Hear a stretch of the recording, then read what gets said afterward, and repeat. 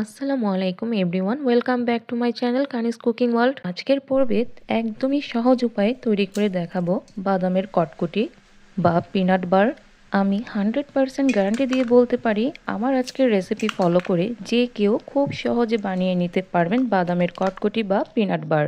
এই বাদামের কটকটি তৈরি করার জন্য লাগছে বাদাম। আমি এখানে মেজারমেন্ট কাপের 1 কাপ চীনাবাদাম নিয়েছি। এইদিকে চুলায় একটা কড়াই বসিয়ে এতে হাফ টেবিল চামচের মতো তেল দিয়ে এই বাদামটাকে এখন ভেজে নিব। আপনারা চাইলে বাদামটা তেল ছাড়াও ভেজে নিতে পারেন, তবে তেল দিয়ে ভাজলে বাদামটা খুব দ্রুত মুচমুচে হয়ে যায়।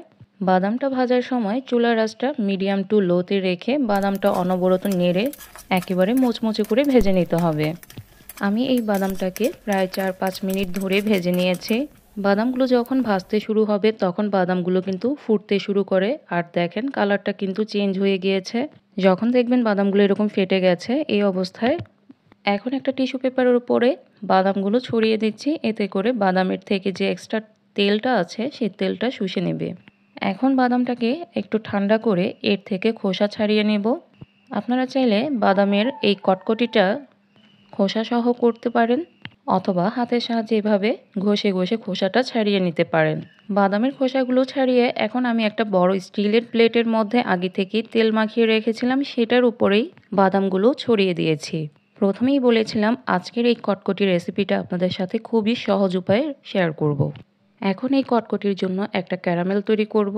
তো এই জন্য একটা কড়াইতে আমি 1 কাপ চিনি নিয়ে নিলাম। এখানে আমি বাদাম আর চিনির পরিমাণ একেবারে সেম নিয়েছি। এখন সামান্য একটু পানি দিয়ে লো হিটে চিনিটাকে ক্যারামেল করে নিব। আমি এখানে 1 কাপ বাদামের জন্য 1 কাপ চিনি নিয়েছি। দেখেন আস্তে আস্তে কিন্তু আমার ক্যারামেলটা তৈরি হয়ে গিয়েছে। এখন এই ক্যারামেলটা খুবই দ্রুত গরম থাকা অবস্থাতে ছড়িয়ে রাখা বাদামের উপর ঢেলে দিতে হবে। এই কাজটা খুব দ্রুত করতে হবে, কেননা ক্যারামেলটা কিন্তু খুব দ্রুত জমে যায়। আর এই পদ্ধতিটা আমার কাছে সবচাইতে সহজ মনে হয়েছে। ক্যারামেলটা বাদামের উপরে দিয়ে এখন হাতের সাহায্যে প্লেটের চারদিকটা ঘুরিয়ে দিব, যাতে করে ক্যারামেলটা সমস্ত বাদামের সাথে মিশে যায়। এই কাজটা কিন্তু খুব দ্রুত গরম থাকা অবস্থায় করে নিতে হবে, নয়তো কিন্তু পুরাটা জমে যাবে। তখন কিন্তু ক্যারামেলটা বাদামের চারদিকে ছড়ানো সম্ভব হবে না। এই তো আমি ক্যারামেলটা পুরোটা প্লেটে ছড়িয়ে নিয়েছি। এখন এটা সেট হতে দিয়ে দিব প্রায় 10 থেকে 15 মিনিটের জন্য। 10 থেকে 15 মিনিট পর এটা ঠান্ডা হয়ে একেবারে শক্ত হয়ে যাবে। যদি আপনারা এই বাদামের কটকটিটাকে বরফি আকারে কেটে নিতে চান, সেক্ষেত্রে একটু গরম থাকা অবস্থায় বরফি কেটে নিতে হবে। এদিকে আমার পিনাট বারটা কিন্তু একদম পারফেক্টলি শক্ত হয়ে গিয়েছে।